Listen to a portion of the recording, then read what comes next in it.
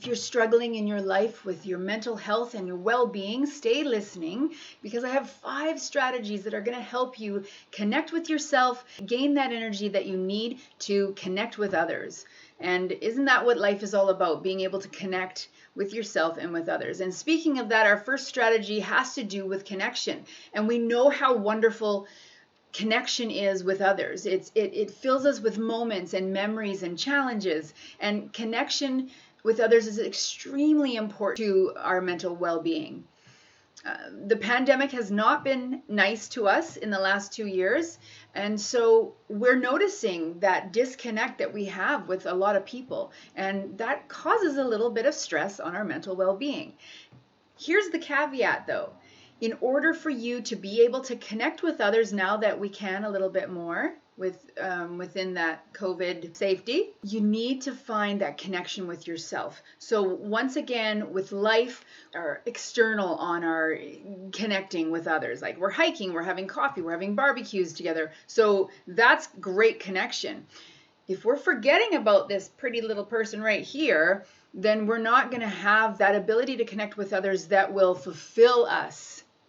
So what it looks like for you to connect with yourself is to love oneself, to find some self-care techniques, to bring self-confidence to yourself and awareness and self-integrity, self-appreciation. So if we're not utilizing these types of values for our lives, then we're not going to be able to connect with ourselves in a way that will fulfill us with connecting with others. So the connection that you're seeking first has to be fulfilled within yourself. If you're not practicing self-awareness, you won't have the capacity to find those meaningful connections with others. I love the analogy of being on an airplane and the flight attendant says, when the oxygen masks drop, please put your mask on first. Why? Because if you help someone put their mask on, you're going to be flailing around, you're not going to be able to breathe very well, and you're going to get chaos going all around your whole body, and you'll probably faint. When you put your mask on first, you can help that person put their mask on, that person put their mask on, that person put their mask on, and you have the capacity to hug them and ride the turbulence. Hopefully it's just turbulence. But that's what connection with yourself looks like. It's being able to take care of yourself. Then you will have that energy to give towards others in connecting with them. How do you bring that calm into your life so that you can connect with yourself? You know, connection has to do with the paying attention to the stories that we tell ourselves, the values that we place on ourselves and our environments. So when we bring awareness to the surface and looking at us and contemplating us and learning about us, we'll be able to recognize the emotions that we experience in ourselves that'll help us connect with ourselves and change certain things that we want to change.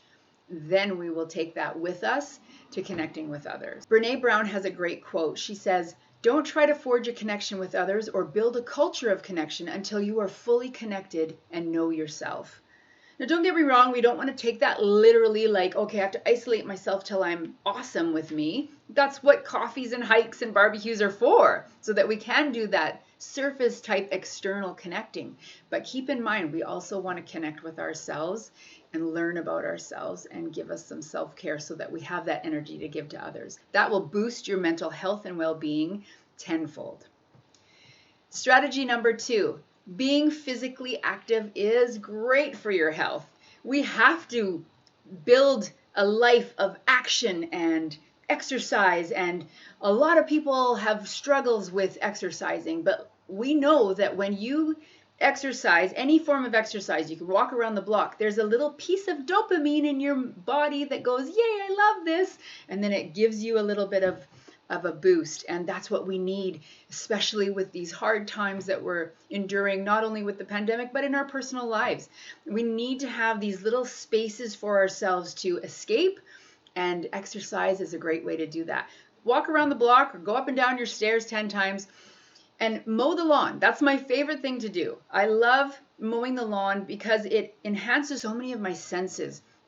It not only raises my heart rate, which my heart loves cardio, it also I can visualize and see how beautiful the lawn looks after I've mowed it, and it smells amazing, and I've moved really hard, and I've probably put up a little sweat. And can it be grueling sometimes? Yes, it's grueling because I don't like mowing the lawn 3 times a week in the summer. It's a lot of work, but it also reminds me of the motivation and satisfaction I have at the end of mowing the lawn.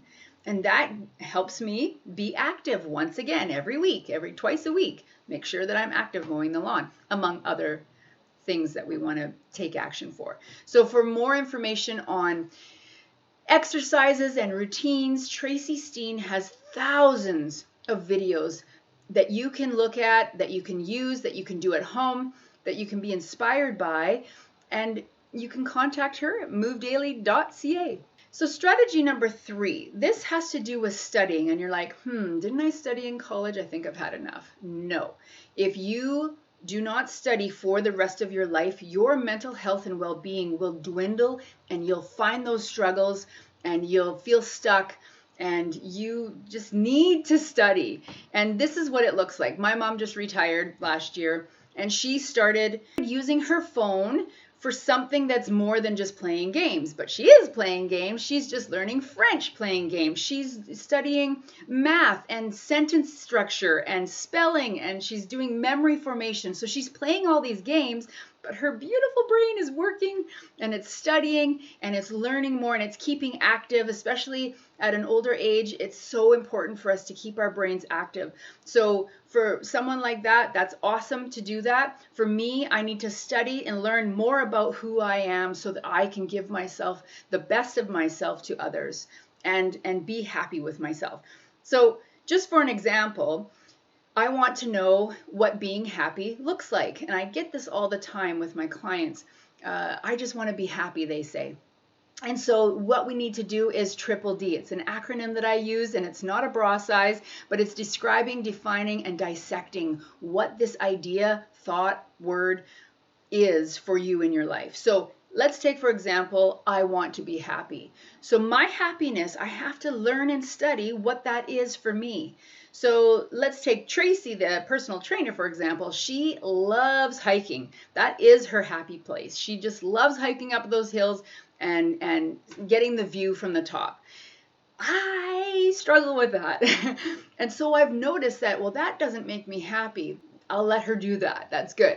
What makes me happy is, remember how passionate I was about mowing the lawn? Well, it's true. I feel so good when I mow the lawn. I love the look of our lawn, our yard, our garden. I like the weeding and looking at our plants and flowers. It's so beautiful and relaxing. And I love that glass of wine at the end of the day outside in the backyard. It's amazing for me. That makes me happy.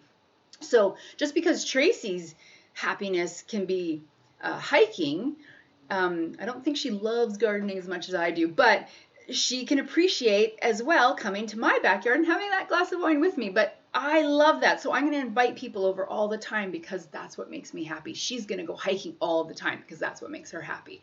And now that I've been able to define, dissect, and describe what happiness is for me, I'm going to do those things more often because I studied.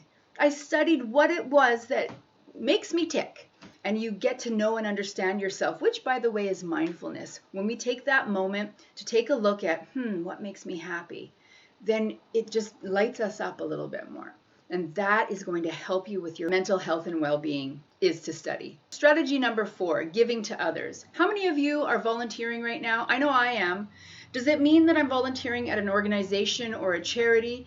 Not necessarily, but those are great volunteer opportunities, absolutely. If we're not giving of ourselves to others, that's really hard for us to connect. Now, I said in the first strategy that we need to connect with ourselves in order to connect with others, and we have to make sure that we're good and healthy to serve others in the volunteer scenario. I have a visual that has stuck with me for years, and I might flub it up a bit, but it's the message spoke to me loud and clear. So a professor cut his room in half, and he said, okay, these people on this side, for the next month, I want you to indulge. I want you to do everything that's so good for you and so yummy and delicious and great. I want you to pamper yourself and be selfish and ask people to do things for you and just go to massages and go out for drinks every single day. Just have so much fun celebrating you and giving to you.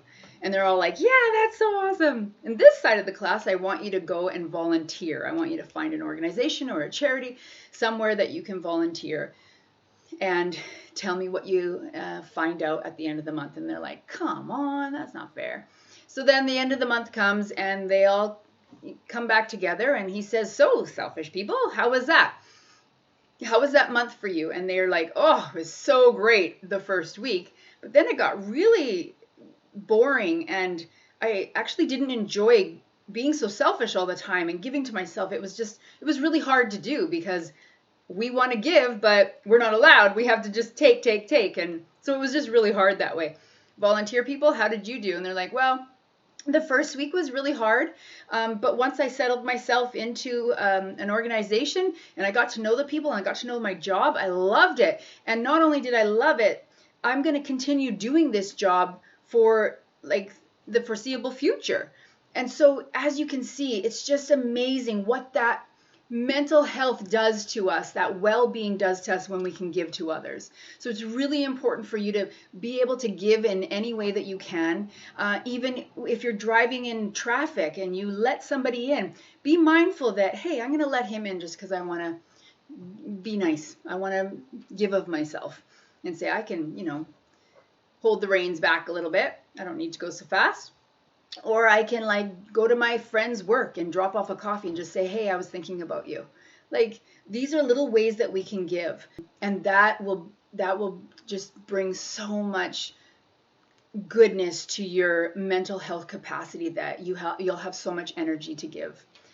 And strategy number 5 is about mindfulness. And it's more than just saying like I'm living in the present moment, I want to be mindful, but it's paying attention to something intentionally. Like I want to be here to pay attention to this. But first, let me give you a visual of what mindlessness looks like the opposite of mindfulness. And, the definition is an inactive state of mind without direction, without focus, without meaning. And when we're mindless, that's where our problems kind of ensue. Here's a really quick example. You come home from work, you drop everything on the floor, you go and turn the TV on, and then you go in the kitchen and do whatever, get a drink. That was so mindless. You're just doing things to get rid of the energy that you had throughout your day. But if you were mindful, you might take a look at getting your cup of tea purposefully and sitting down and maybe writing or talking with someone about your day. Being able to say, what is the best thing that happened today? And reflect on your day so that you're mindful about some of the things that happened throughout the day. It wasn't just a wash, like you're exhausted. There's something to that, being able to be present in the moment that you're in, and just even being able to say, wow, I'm exhausted from that hard day of work. Whew, let me have a rest. Being purposeful in, I'm going to sit down and I'm going to think about my day and rest and relax. And then, yes, we need those times where we're relaxed on the TV and mindless. We need that to shut down our brain a little bit. But it's just one other aspect for you to be mindful about where you want to be. I've often given this illustration of mindfulness, and when you're holding a baby, there's absolutely nowhere else on earth that you can be except with that little baby who's giggling in your face and their sweet little smile and they wrap their whole little hand around your little finger and their sweet smell of their beautiful hair and just holding their little bum and swaying them gently. Like there's nowhere else you can be. And in fact, just me describing that to you, there was nowhere else I could have been describing those sensations when I'm holding a little child. Like it's so beautiful. Those are the moments that we want more of. So we can practice by using like objects or like an orange or the baby scenario or, putting your feet in the hot sand. These are the moments that we want so that we can gain access to our mental health and well-being. This is what gives us so much energy and satisfaction with paying attention to something intentionally. So those are my 5 strategies that will support you in moving your mental health toward thoughtful reflection on being intentional with what you're paying attention to. So let me just reiterate what they are. Connection is with being able to connect with self, and by learning and understanding who you are and how you want to show up in your journey. Staying physically active no matter what you do, just do it. Number 3, study the crap out of everything you can get your hands on. And number 4, be willing to give volunteering a chance. It may not necessarily be handing out tickets at an event, but it can be, and there are many ways to volunteer. So just be mindful of how I'm giving of myself. And lastly, mindfulness is paying attention to things in your life on purpose. So I hope that these can help you, boost you to your mental health and well-being today. We'll talk soon.